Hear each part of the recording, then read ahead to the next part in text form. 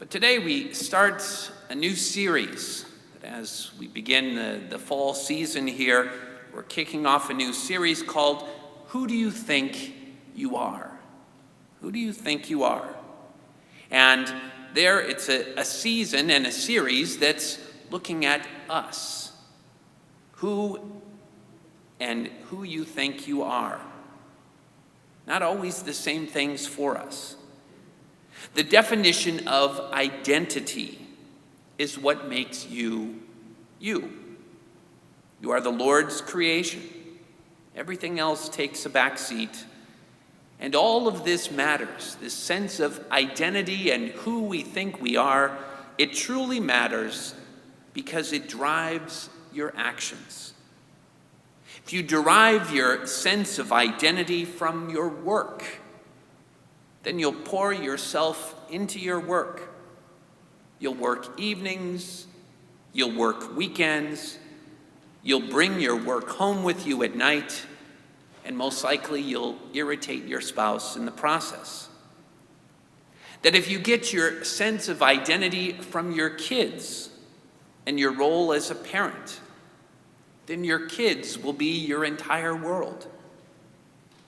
If your friends determine your identity, then your life will be driven by them and what they think, or what you think they think. Your sense of identity also determines the health of your relationships. People in healthy relationships know who they are and have a clear sense of identity.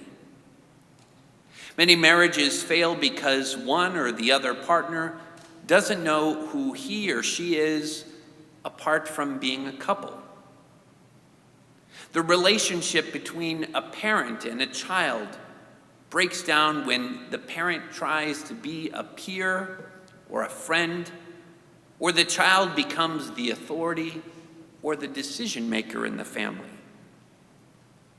Fast friendships fall apart when one party becomes needy and annoying because they're unsure of who they are and insecure in the relationship. Sometimes in an effort to strengthen or save a friendship, people actually drive their friends further away. Your sense of identity drives your actions, determines the health of your relationships, and will also decide what you value.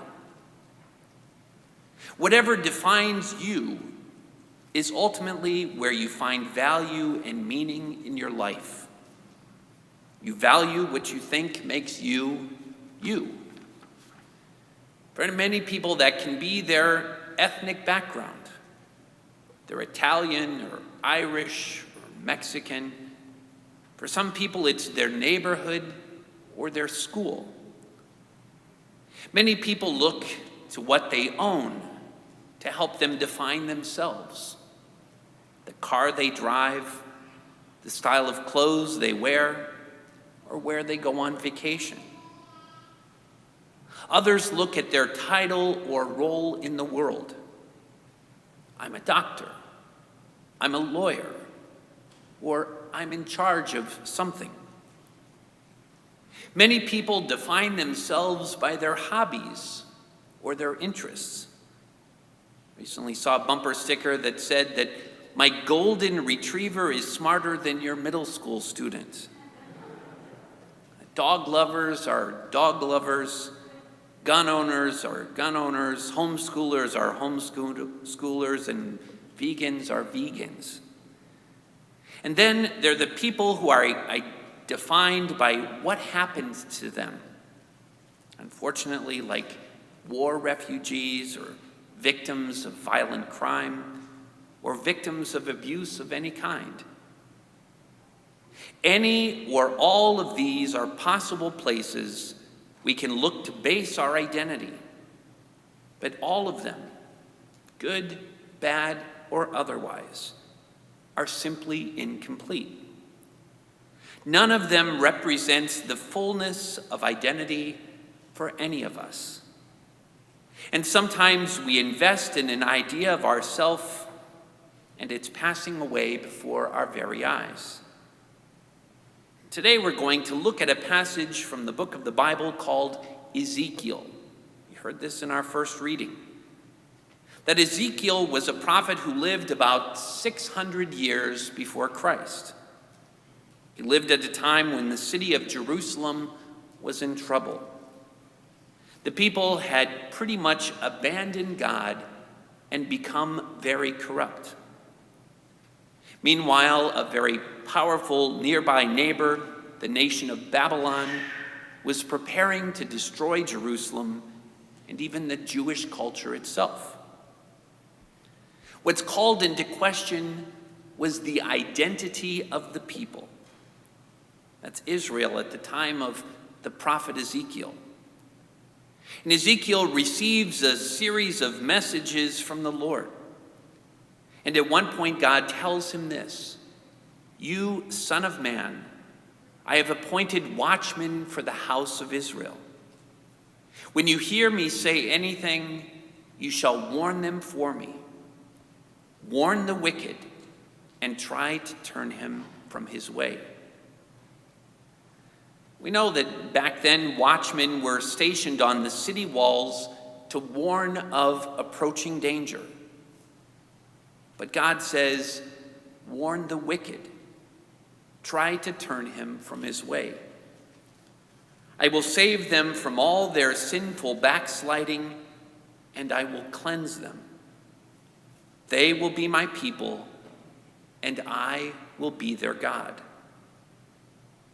God tells Ezekiel, I'm going to give you your identity. And it's all really quite simple.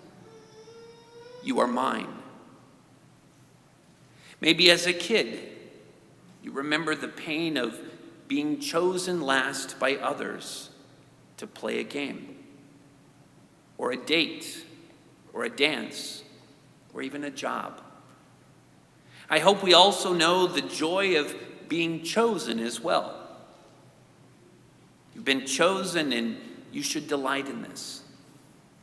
God chose to conceive you back before anything existed. He chose your parents. He gave you exactly the ones he wanted you to have. He chose your gifts and talents and abilities. He chose your strengths and your weaknesses. And most importantly, he chose to make you a part of his family. So basing our identity on God and who he says we are really makes sense. You don't need a bumper sticker on your car to know who you are.